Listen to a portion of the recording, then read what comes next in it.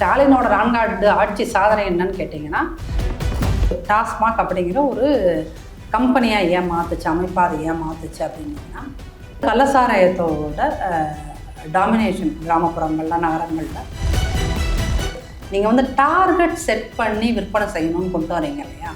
So அங்கே தான் ஒரு அரசாங்கம் ஃபெயில் ஆகுது. இல்லை, இப்போ அதிமுக ஆட்சியில் அந்த குடிநோயாளிகள் உருவாகிறதுக்கான வாய்ப்புகள் இல்லையா? அப்போ டாஸ்மாக் ஆரம்பிக்கப்பட்டதுலேருந்து இந்த 15 ஆண்டு காலத்தில் வந்து ஸ்டாலின் திமுக ஆட்சியில் மிகப்பெரிய சாதனைங்கிறது ஒரு பக்கம், நீ எங்கே போனாலும் உனக்கு கள்ளச்சாராயம் கிடைக்கும். பெண்கள் அது குடிசை தொழில் மாதிரியே வந்துட்டு கஞ்சா பாக்கெட் விற்கும். ஏன்னா அதில் இருக்கிறது பல மினிஸ்டர்ஸோட இன்வெஸ்ட்மெண்ட். அப்படிங்கும்போது இந்த இன்னும் 10 மாதத்தில் ஆட்சி முடியுதுன்னா முடிஞ்ச வரைக்கும் எவ்வளோ காசு அமுத்திட்டு போகணுங்கிறது தான் எல்லா மினிஸ்டர்ஸும் பார்க்குறாங்க, முதல்வர் உட்பட. அந்த அனகாபுத்தூர் மக்கள் அத்தனை பேர் குடும்பமாக சேர்ந்து எல்லோரும் போய் ஸ்டாலினோட வீட்டுக்குள்ளே போந்து நாங்கள் உட்காந்துக்கிறோன்னு சொன்னால் என்ன பண்ணுவாங்க?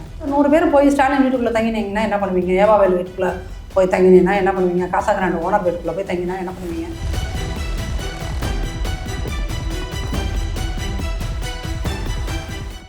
ஆடின பெண்களில் எத்தனை பேர் வந்து இந்த திமுக ஆட்சியில் உருவாக்கப்பட்ட அந்த 1,18,00,000 குடிகாரர்கள், குடிநோயாளிகளோட மனைவிகளாகவோ மகள்களாகவோ இருக்கிறதுக்கான வாய்ப்பு இருக்குல்ல. பாதிக்கப்பட்ட பெண்கள் கூட அந்த குரூப் டான்ஸ் ஆடினவங்களில் இருக்கலாம். திமுக ஆரம்பிச்சது அப்படின்னு சொல்றீங்க, இந்த மது பழக்கத்தை திமுக ஊக்குவிச்சது. மது பழக்கத்தை குடிநோயாளிகளோட எண்ணிக்கை ஸ்டாலினோட ஆட்சியில் வந்து 1,18,00,000 ஆகியிருக்கிறது. ஸ்டாலினோட 4 ஆட்சி சாதனை என்னன்னு கேட்டிங்கன்னா, இத்தனை கோடி குடிநோயாளிகளை உருவாக்கி விட்டது தான் ஸ்டாலினோட ஆட்சி. அதற்கு முன்னாடி அதிமுக ஆட்சியில் பண்ணலையா? இப்போ 10 வருஷமா டாஸ்மாக் இருந்தது, அதுக்கு முன்னாடியும் 10 வருஷமா டாஸ்மாக் அதிமுக ஆட்சி காலத்தில் இருந்த போது 20 லட்சம் சொச்சம் தான். 20 லட்சம் எங்கே இருக்குது உங்களுக்கு? 1,18,00,000 எங்கே இருக்குது? இல்லை, இதில் வந்து ஒரு டேட்டா சொல்கிறது என்னென்னா, அதிமுக ஆட்சியில் தான் 2001ஆம் ஆண்டு டாஸ்மாகை ஜெயலலிதா அவர்கள் வந்து தொடங்குறாங்க, சில்லறை விற்பனையை தொடங்குறாங்க டாஸ்மாக் மூலமாக அப்படின்னு சொல்கிறாங்க. அப்போ அந்த ஆண்டு காலகட்டத்தில் 2001, 2000 அந்த ஆட்சி காலத்தில் 3000 கோடி ரூபாய் வருமானம் வந்தது அப்படின்னு சொல்கிறாங்க ஒரு ஆண்டுக்கு. அப்போ இப்போ இருக்கக்கூடிய நிலையில் 50,000 கோடி வருமானம் வருது அப்படின்னு சொல்கிறாங்க. அப்போ அதிமுக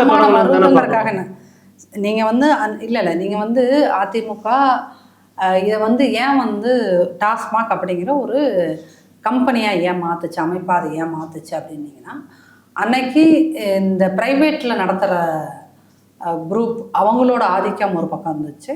ரெண்டாவது கள்ளசாராயத்தோட டாமினேஷன் கிராமப்புறங்களில் நகரங்களில், அதனால் பாதிக்க அடையக்கூடிய மக்கள் அதிகமாக இருந்தாங்க. அப்படிங்கும்போது தான் இதை ரெகுலரைஸ் பண்ணுறதுக்கான ஒரு ஏற்பாடாக தான் இந்த டாஸ்மாக் கொண்டு வந்தது. ஆனால் திமுக அரசாங்கம் இது என்ன பண்ணியிருக்குது அப்படின்னீங்கன்னா, இப்போ இந்த பட்ஜெட்லேயே நீங்கள் பார்த்தீங்கன்னா இந்த பட்ஜெட் ஃபஸ்ட்டு பட்ஜெட்லேயே 45 கோடியிலேருந்து 45,000 கோடியிலேருந்து 50,000 கோடி வந்து நீங்கள் வந்து டார்கெட் செட் பண்ணி விற்பனை செய்யணும்னு கொண்டு வரீங்க இல்லையா? ஸோ அங்கே தான் ஒரு அரசாங்கம் ஃபெயில் ஆகுது. அப்போ 5,000 கோடின்றத ஒரு வருஷத்துக்கு 5,000 கோடி நீங்கள் வந்து விற்பனையை அதிகரிக்கணும் அப்படின்னு ஒரு அரசாங்கம் நீங்கள் ஒரு செயல் திட்டம் போடுறீங்க அப்படின்னா, அப்போ அந்த 5,000 கோடிக்கு வாங்கி குடிக்கிறவனோட நிலைமை என்ன ஆகுன்றதை நம்ம இது பண்ணலை. இதே அரசாங்கம் தான் தேர்தல் அறிக்கையில் என்ன சொல்லுதுன்னா, நாங்கள் குடிநோயாளிகளை சீரமைக்கிறதுக்கான அந்த குடி நோயாளி மையம்னு ஒன்று ஆரம்பிக்கிறோம்லாம் சொன்னாங்க. ஆனால் அதெல்லாம் ஒன்றுமே பண்ணலையே இவங்க. இல்லை, இப்போ அதிமுக ஆட்சியில் அந்த குடிநோயாளிகள் உருவாகிறதுக்கான வாய்ப்புகள் இல்லையா? அப்போ இத்தனை ஆண்டு காலகட்டத்தில் கிட்டத்தட்ட 15 ஆண்டு காலம் ஆட்சியில் இருந்திருக்கீங்க. நான் அதைத்தான் சொல்கிறேன். டாஸ்மாக் ஆரம்பிக்கப்பட்டதுலேருந்து இந்த 15 ஆண்டு காலத்தில் வந்து உங்களுக்கு இந்த குடிநோயாளிகளோட எண்ணிக்கை அப்படிங்கிறது மிக சொற்பமாக இருந்தது. ஆனால் இன்னைக்கு ஸ்டாலினோட இந்த 4 ஆண்டு ஆட்சி காலத்தில் இவங்க எல்லாத்தையும் கடைகளோட எண்ணிக்கையும் அதிகப்படுத்தினாங்க. ரெண்டாவது என்ன பண்ணினாங்க அப்படின்னா, 24 ஹவர்ஸும் தொடர்ந்து கிடைக்கிறதுக்கான ஏற்பாடு பண்ணினாங்க. அந்த 24 ஹவர்ஸும் குவாலிட்டியாகவும் அது கொடுக்கறதுக்கான விஷயங்கள் இல்லாமல் கள்ளச்சாராயத்தைங்களே அவங்க கொடுத்ததன் காரணமாக தான் 6 மணிக்கே போய் வாங்கி குடிச்சு கள்ளக்குறிச்சியில் இறந்து போனாங்க. அப்போது இது எதையுமே ரெகுலரைஸ் பண்ணாமல் இந்த ஸ்டாலின் திமுக ஆட்சியில் மிகப்பெரிய சாதனைங்கிறது ஒரு பக்கம், நீ எங்கே போனாலும் உனக்கு கள்ளச்சாராயம் கிடைக்கும். கிராமத்துக்குள்ளே எங்கே போனாலும் சரி, நகரத்துக்குள்ளே எங்கே போனாலும் சரி, சென்னைக்குள்ளே எங்கே வந்தாலும் சரி, நீங்கள் எத்தனையோ வீடியோஸ் பார்த்துருந்துருக்கலாம். வடசென்னை மாதிரியான பகுதிகளில் பெண்கள் அது குடிசை தொழில் மாதிரியே வந்துட்டு கஞ்சா பாக்கெட் விற்கிறாங்க, கள்ளச்சாராயம் விற்கிறாங்க. காவல்துறைக்கு தெரியாதா? இப்போ இது காவல்துறையோட ஒத்துழைப்போடு தான் சார் நடக்குது. கள்ளக்குறிச்சியில் என்ன நடந்தது? கள்ளக்குறிச்சியில் நடந்தது அந்த சம்பவம் நடந்த அந்த இடத்துல இறந்தவங்களுக்கும் போலீஸ் ஸ்டேஷனுக்கு எவ்வளோ தூரம் இருந்தது, நீதிமன்றத்துக்கு எவ்வளோ தூரம் இருந்துச்சு? போலீஸ் வந்து அந்த அவர் குட்டின்னு ஏதோ ஒரு அந்த அப்போது அரெஸ்ட் பண்ணாங்களே, அவர் வீட்டுக்கு வந்து போலீஸ் டெய்லியும் வந்து மாமூல் வாங்கிட்டு போகிறாங்கன்னு தானே அங்கே இருந்த பகுதி மக்கள் சொன்னாங்க. அப்போது இங்கே போலீஸ்க்கு தெரியாமல் எதுவுமே நடக்கிறது இல்லை சார். போலீஸே வந்து திமுக ஆட்சியில் வந்து இந்த மாதிரியான விஷயங்களை செய்யறதுக்கு போலீஸில் இருக்கிறவர்களே வந்து இதை வந்து இந்த குற்றச்செயலில் ஈடுபடுறவங்கள ஊக்குவிக்கிறாங்களோன்ற ஒரு சந்தேகமும் இருக்கத்தான் செய்யுது. மேம், இப்போ இன்னொரு பக்கம் வந்து அனகாபுத்தூர் பகுதியில் வந்து தொடர்ச்சியாக அந்த வீடுகள்லாம் அகற்றும் பணி நடைபெற்றுட்டு இருக்கு. அங்கே இருக்கக்கூடிய ஒரு தனியார் கட்டுமான நிறுவனம் அவங்க கட்டக்கூடிய அந்த அடுக்குமாடி குடியிருப்புக்காக தான் அந்த பகுதியில் வந்து வீடுகள் அப்புறப்படுத்தப்படுது அப்படின்னு சொல்லிட்டு அந்த பகுதி மக்கள்லாம் சொல்கிறாங்க. நம்ம களத்துக்கே நேரடியாக போய் பார்த்துருந்தோம். அங்கே வந்து கிட்டத்தட்ட 200லேருந்து 300 வீடுகள் அகற்றப்பட்டிருக்கிறதா ஒரு சிலர் சொல்கிறாங்க. ஒரு சிலர் 500 வீடுகள் அகற்றப்படுது அப்படின்னு சொல்கிறாங்க. அங்கே இருக்கக்கூடிய வீட்டில் இருக்கவங்களாம் அவங்க என்ன சொல்கிறாங்கன்னா, கோர்ட்டுடைய ஆர்டர் எங்ககிட்ட இருக்குது, நீதிமன்றம் சொல்லுது இதுதான் லீகலான ஒரு இடம், பத்திரப்பதிவு செஞ்சுருக்காங்க, அப்புறம் ஏன் அரசு வந்து எங்கள் வீடை வந்து எடுக்கணும், இமிடியேட்டாக காலி பண்ணுங்க அப்படின்னு சொல்லி கேட்குறாங்க. பவர் கட் பண்ணுறாங்க, இந்த ஏரியாவே வந்து அப்புறப்படுத்திட்டு அங்கே ஒரு பார்க் வரப்போகுது, இங்கே என்ன வரப்போகுது, எங்கள் வீடு எதுக்காக எடுக்கிறீங்க அப்படின்னு சொல்லி காரணம் கேட்குறாங்க. சார், அனகாபுத்தூர் மட்டும் கிடையாது. இந்த திமுக ஆட்சி வந்ததுக்கு பிறகு தமிழ்நாட்டில் சென்னையில், குறிப்பாக சென்னையில் இந்த அடையாறு ஆற்றங்கரை பக்கமும் கூவம் நதிக்கப்புறம் இருந்தப்போ இருக்கின்ற பல பேரோட வீடு வந்து நாசமாக்கப்பட்டிருக்குது, அகற்றப்பட்டிருக்கு. இப்போ ஃபார் எக்ஸாம்பிள் இந்த சைதாப்பேட்டை இருக்குல்ல, சைதாப்பேட்டையில் அந்த ஆறு ஓடுது இல்லையா, காசா கிராண்ட் அங்கே வந்திருக்கு. அதே நிறுவனம் தான் இந்த காசா கிராண்டு யாரோடது? ஏவாவேலு அதில் இன்வெஸ்ட் பண்ணியிருக்காரு அப்படிங்கிறது நான் சொல்லலை, அமலாக்கத்துறை போன ரேட்டில் சொன்னுச்சு. ஒரு பிளேஸ்லாம் ரேட் பண்ணிவிட்டு இவர் இன்வெஸ்ட்மெண்ட்டெல்லாம் காசா கிராண்ட்லேயும் இருக்குன்றது. அப்போது இந்த மாதிரியான விஷயங்கள் எல்லாத்துலேயும் பார்த்தீங்கன்னா திமுகவோடு தொடர்புடைய ஒரு பெரிய கன்ஸ்ட்ரக்ஷன் கம்பெனி இருக்கும். திமுகவையும் நில அபகரிப்பையும் திமுகவையும் இந்த மாதிரி கன்ஸ்ட்ரக்ஷன் கம்பெனிகளையும் நீங்கள் வந்து பிரிக்கவே முடியாது. இவங்க வந்து இந்த மாதிரி விஷயங்களில் தான் அவங்க நிறைய இன்வெஸ்ட்மெண்ட்டே பண்ணி வச்சுருக்காங்க. இப்போ G2 திமுக முதல் குடும்பம் சம்மந்தப்பட்டிருக்க மாதிரி தான் இது எல்லாத்துலேயுமே. இப்போ இந்த காசா கிராண்டுங்கிற ஒரு நிறுவனத்துக்காக நீங்கள் ஒரு கண்ணெதிரே பார்த்த ஒரு விஷயம் அப்படின்னு சொன்னீங்கன்னா, சைதாப்பேட்டையில் நீங்கள் இப்போயும் பார்க்கலாம். முன்னாடி அந்த ஆற்றை ஒட்டி அத்தனை வீடுகள் இருந்தது. ஆனால் காசா கிராண்ட் மாதிரியான ஒரு பெரிய குடியிருப்பு வந்தால் அங்கே இருக்கிற அந்த அப்பர் மிடில் கிளாஸுக்கு வந்து அந்த எதிர்த்தாப்புல அப்படி குடிசைகள் இருப்பது எஸ்தட்டிக்காக இருக்காதுன்றதுக்காக, அந்த ஒரே காரணத்துக்காக அவங்க அதை தூக்கினாங்க. அதுக்கப்புறம் பார்த்தீங்கன்னா தேனாம்பேட்டில் வந்து அப்போலோ ஹாஸ்பிட்டல் பக்கத்தில் இருக்கிற இடத்தையெல்லாம் தூக்கினாங்க. இப்போ அந்த இடத்தையெல்லாம் அங்கேருந்த மக்களையெல்லாம் அப்புறப்படுத்திட்டு அந்த இடத்த என்ன பண்ணி வச்சுருக்கீங்கன்னா அப்போலோ ஹாஸ்பிட்டலுக்கு பார்க்கிங்க்கு விட்டுருக்காங்க. அப்போது நீங்கள் எளிய மக்களோட வாழ்க்கையை நாசமாக்குறதுல திமுகவை அடிச்சு கால் இல்லை. ஒன்றும் ஒருத்தனுக்கு சாராயத்தை ஊற்றி கொடுத்து கெடுப்பான், இல்லைன்னா அவன் உழைச்சி கட்டின வீட்டை அவன் இடத்த வந்து காலி பண்ண சொல்கிறான். அப்போது நீங்கள் தமிழ்நாடு முழுக்க இந்த மாதிரி, இங்கே மட்டும் இல்லை, இது மாதிரி பல இடங்களில் ஸ்ரீவில்லிபுத்தூரில் கூட இந்த மாதிரியான விஷயம்லாம் நடந்தது. அப்போ இவங்க எங்கெங்கெல்லாம் வந்து இவங்களுடைய கன்ஸ்ட்ரக்ஷன், திமுகவோடு தொடர்புடையவர்களுடைய கன்ஸ்ட்ரக்ஷன்ஸ் கம்பெனி அங்கே வந்து வீடு கட்ட போகிறாங்க, பெரிய பில்டிங்ஸ் கட்ட போகிறாங்கன்னா அங்கே இருக்கிற மக்களையெல்லாம் அகற்றுவது. ஏன்னா ஆட்சி அவங்க கையில் இருக்குல்ல, என்ன பண்ணிட முடியும் உங்களால் அப்படிங்கிற ஒரு இதுலாம். இப்போ வந்து அந்த இடத்துக்கு எல்லாருமே போனாங்க, எல்லா அரசியல் கட்சி தலைவர்களுமே போனாங்க. ஆனால் அதற்கான அந்த மக்களுக்கான நியாயம் கிடைக்குமா அப்படின்னா, அந்த ஒட்டுமொத்த மக்களும் வந்து திரும்ப ஒரு முறை கோர்ட்டுக்கு போய் அதற்கான ஆர்டரை வாங்கினாலும், ஏன்னா நீதிமன்றம் வழியாக போகாமல் இங்கே எந்த தீர்ப்புமே கிடைக்காது. ஏன்னா இதுக்கு முன்னாடி வந்து மயிலாப்பூர் சைடு ஒருத்தவங்களை காலி பண்ண வச்சப்போ அங்கே வந்து பாமக கட்சி சேர்ந்த ஒருத்தர் வந்து நெருப்பில் கொளுத்தி செத்துட்டார், என் வீட்டை காலி பண்ண மாட்டேன்னு சொல்லியே. ஆனால் திமுக இது ஒரு ராட்சசர்கள் தானே, அங்கே மனிதாபிமானம் நிறைந்தவர்கள் யாருமே கிடையாது. இந்த ராட்சச கூட்டம் என்ன பண்ணிச்சா, நீ ஒருத்தன் சாவு 100 பேர் சாவு, எனக்கு அதை பற்றி கவலை இல்லைன்னு அந்த இடத்த காலி பண்ண வச்சு.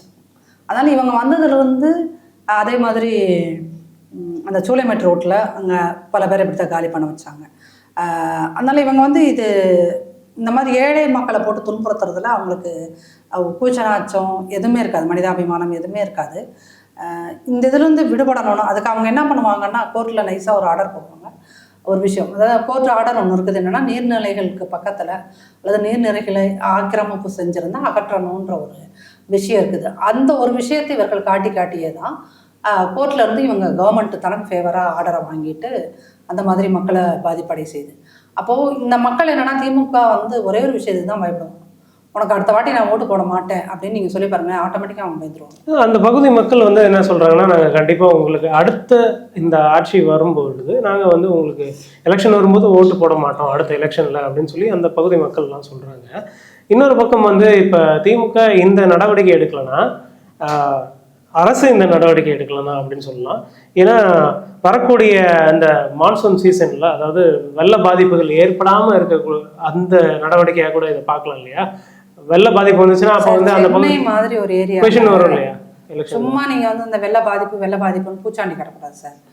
சென்னை மாதிரியான ஒரு ஊரில் நீங்கள் வந்து இன்னைக்கு போய் கூவம் கரையை க்ளீன் பண்ணுறதுனாலையோ இல்லை இன்றைக்கி அகலப்படுத்துறதுனாலையோ ஆழப்படுத்துறதுனாலையோலாம் நீங்கள் வெள்ளத்தை கட்டுப்படுத்தவே முடியாது, சரிங்களா? அது வந்து இந்த நகரம்ங்கிறது ஒன்று உருவாக்கின காலகட்டத்திலேயே வந்து அந்த வாட்டர் வந்து நீங்கள் ட்ரைனேஜ் ஆகிறதுக்கான விஷயங்களை செஞ்சுருக்கணும். இன்றைக்கி ஒரு பகுதி மக்கள், அது ஏழை மக்களாக போய் இருக்கிற ஏரியாவாக நீங்கள் வந்து காலி பண்ண சொல்லிங்களா? ஒரு நாள் காசாக்காரன் கம்பெனிக்காரனை அவங்க அடிச்சிருக்க ஃப்ளாட்டெல்லாம் காலி பண்ண சொல்லுங்களேன்.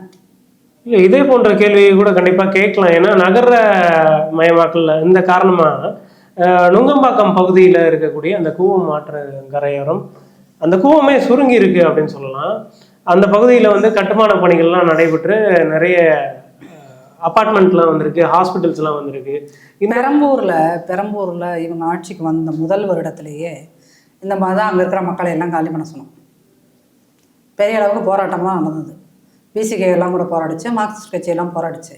இன்றைக்கி அந்த இடத்துல போய் பாருங்கள், எவனோ பெரிய கன்ஸ்ட்ரக்ஷன் கம்பெனிக்கு வீடு கட்டி வச்சுருக்கான். இல்லை, இப்போ அப்போது எளிய மக்கள் இருந்தால் அவனை காலி பண்ணுன்னு அரசாங்கம் தொடர்த்துது. அப்போ இந்த அரசாங்கம், திமுக அரசாங்கம் யாருக்கு சாதகமாக இருக்குதுன்னா, பெரிய பெரிய கன்ஸ்ட்ரக்ஷன் கம்பெனிக்காரன்ட்ட காசை வாங்கிட்டு அவங்களுக்கு தான் இவங்க சாதகமாக செயல்படுறாங்க. ஏன்னா இது ஒரு வெறும் முதலாளித்துவம்னு பேசுகிற, முதலாளித்துவத்தை எதிர்ப்போன்னு பேசுகிற மார்க்சிஸ்ட்டுகளோ இல்லை கம்யூனிஸ்ட்டுகளோ இதை வந்து எதிர்த்து எந்த இடத்துலையுமே பேசுறது கிடையாது. எந்த போராட்டம், முன்னாடி ஏதோ அதிமுக ஆட்சி காலத்தில் போராட்டம் பண்ணிட்டு இருந்தாங்க, இப்போது ரெண்டு கம்யூனிஸ்ட்டுகளுமே எந்த போராட்டமுமே நடத்துறது கிடையாது.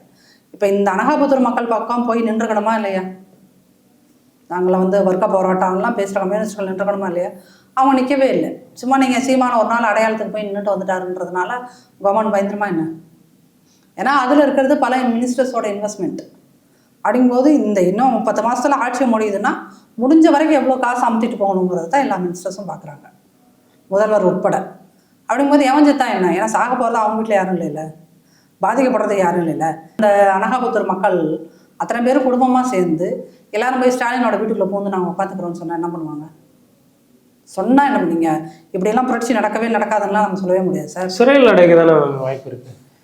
சிறையில் போராட்டம் பண்ணாலும் முற்றுகை போராட்டம் இல்லை சார். ஏதோ சினிமாவில் வந்து இப்படி தான் காமிப்பாங்க, அவங்களோட வீட்டிலே போய் தங்க ஆரம்பிச்சிருவாங்க. அந்த மாதிரி ஒரு 100 பேர் போய் ஸ்டாலின் வீட்டுக்குள்ளே தங்கினீங்கன்னா என்ன பண்ணுவீங்க? ஏவாவேல் வீட்டுக்குள்ளே போய் தங்கினீங்கன்னா என்ன பண்ணுவீங்க? காசாகிராண்ட் ஓனர் வீட்டுக்குள்ளே போய் தங்கினா என்ன பண்ணுவீங்க? என்ன பண்ண முடியும்? மக்களை விட இங்கே அரசாங்கம் ஒன்றும் பெருசு கிடையாது சார். யார் ஆட்சி செய்தாலும் மக்களை விட அரசாங்கம் பெருசு கிடையாது. இந்த மக்களுக்காகத்தான் நம்ம ஆட்சி செய்கிறோம். அப்போ இத்தனை பேர்த்தோட வைத்தறிச்சலை கொட்டிக்கிட்டு நீங்கள் என்ன பண்ண போகிறீங்க? அப்போ அனகாபுத்தூர் மக்கள் இல்லை, இங்கே இந்த ஒட்டுமொத்த சென்னையிலையும் இந்த மாதிரி இடப்பெயர்வு அப்படிங்கிற விஷயத்தில் பாதிக்கப்பட்ட மக்கள் அத்தனை பேரும் சேர்ந்து ஒரு குழுவாக முடிவெடுத்து, நாங்கள் பாதி பேர் போய் ஸ்டாலின் வீட்டில் உட்காந்துக்கிறோம், பாதி பேர் போய் உதயநிதி வீட்டில் உட்காந்துக்கிறோம், மீதி பேர் அத்தனை பேரும் ஒவ்வொரு மினிஸ்டர் வீட்லேயே நாங்கள் போய் உட்காந்துக்க போகிறோம், மூட்டை முடிச்சு எங்கள் பிள்ளை குட்டி எல்லாத்தையும் தூக்கிட்டு போய் அங்கே படுத்துக்க போகிறோம்னு நீங்கள் ஒரு நாள் போராட்டம் பண்ணி பாருங்களேன். இதெல்லாம் சாத்தியம் இல்லைன்றது கிடையாது. மக்கள் முடிவெடுத்தால் எது வேணாலும் நடக்கலாம். ஒரு நாள் நீங்கள் அப்படி சொல்லி பாருங்கள், செஞ்சு பாருங்கள். இல்லை இப்படி நான் பேசுறதுனாலேயே கூட சுகந்தி போராட்டத்தை தூண்டினார் அப்படின்னு கூட நீங்கள் வழக்கு போடுவதற்கான வாய்ப்புகள் இருக்குது. ஆனால் நீங்கள் இப்படி, ஏன்னா மக்களை விட நீங்கள் யார் வேணாலும் அரசாங்கம் மாட்டு கொள்ளலாம், ஆனால் இந்த அரசாங்கத்தை ஆட்சியில் உட்கார வைக்கிறது மக்கள் தான். அந்த மக்கள் முடிவெடுத்தாங்கன்னு வச்சுக்கோங்களேன், எந்த அரசாங்கம் வந்தாலும் வீட்டுக்கு போகணும்.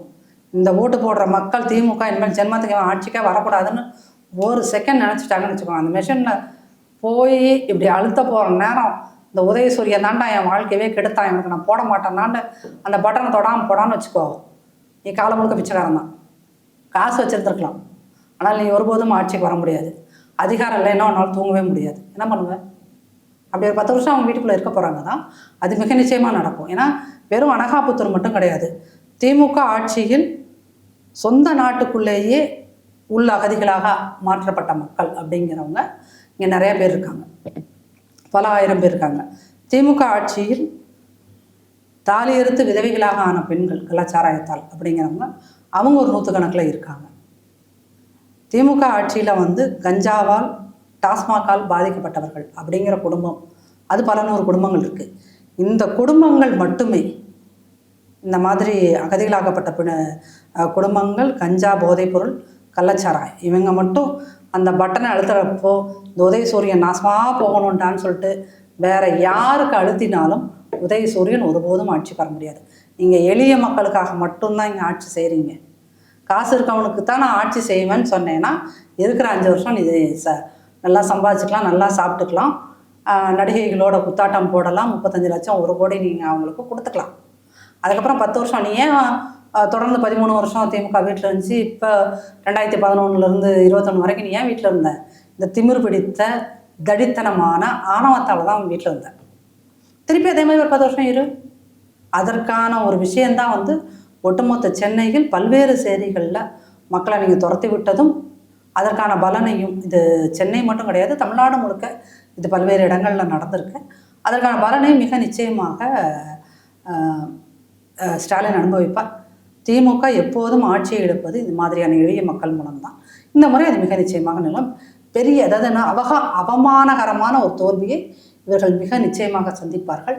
இந்த மக்களோட, ஏன்னா ஏழைகளோட சாபம் அப்படின்றது இருக்கு இல்லையா, நீங்கள் பணக்காரர்களுக்கு என்ன வேணாலும் கொடுத்து அவனை நீ கன்வின்ஸ் பண்ண முடியும்.